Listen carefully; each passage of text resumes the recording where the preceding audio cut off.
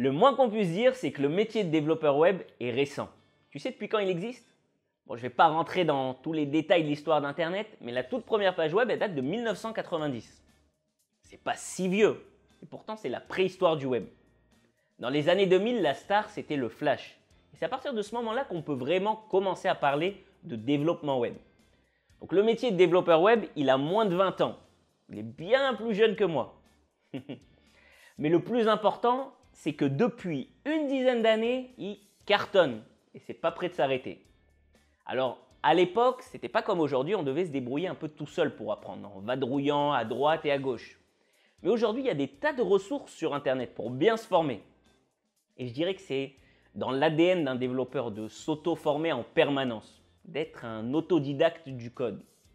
Alors, la question inévitable, c'est bien sûr, et les diplômes dans tout ça?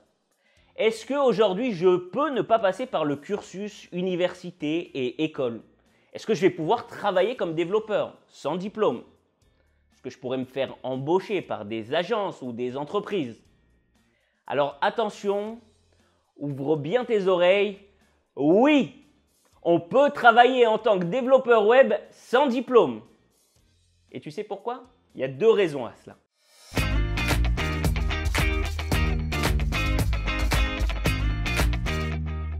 La première, c'est tout simplement que ce n'est pas obligatoire d'avoir un diplôme pour exercer en tant que développeur web. Et c'est loin d'être un détail parce qu'il y en a beaucoup des métiers où les diplômes sont obligatoires. Médecin, avocat, électricien, plombier et même boulanger. Et bien, tous ces métiers, ils exigent des diplômes pour pouvoir les exercer en France. Alors que pour être développeur web, nada, rien du tout. Bah oui, mais alors, qu'est-ce qui prouve que je suis un bon développeur et pas un imposteur qui connaît rien au code? Bah, c'est une bonne question. Et maintenant, je vais parler de la deuxième raison qui permet aux développeurs de ne pas avoir de diplôme.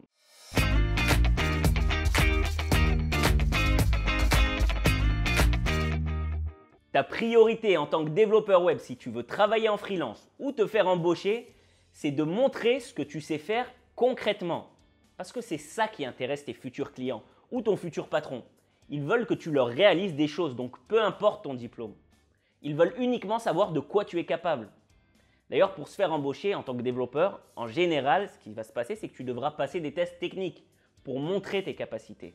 Et alors sinon, qu'est-ce que toi tu peux faire pour prouver tes compétences? Je dirais que le mieux, c'est de se faire un site web perso. Une sorte de CV en ligne avec un bon portfolio. Un portfolio justement qui contient tous les projets que tu as déjà accomplis et qui montre concrètement ce que tu sais faire, dans quoi tu es spécialisé, quel langage tu connais, etc., etc. Et même si tu n'as pas envie d'être freelance et que tu préfères travailler comme salarié, sache que les recruteurs préfèrent 1000 fois un développeur qui a fait ses preuves plutôt qu'un jeune ingénieur en informatique tout fraîchement sorti de son école.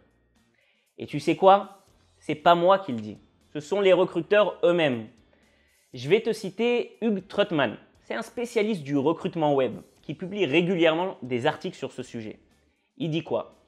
Il faut faire des choses, c'est encore mieux que la formation. Vous avez un site e-commerce, une application mobile à votre actif, montrez-les. Voilà ce qu'il dit. Et ça résume parfaitement la situation pour le recrutement des développeurs web. Ne te focalise pas sur le diplôme, mais plutôt sur les compétences. Et surtout, montre-les. C'est tellement important que dans la formation complète développeur web, on réalise ensemble une série de projets. Et surtout, on construit ton site web perso avec ton portfolio qui présente tous ces projets. Voilà, c'est fini pour cette vidéo. J'espère qu'elle t'a plu. Et surtout, comme d'habitude, n'hésite pas à réagir dans les commentaires. À bientôt.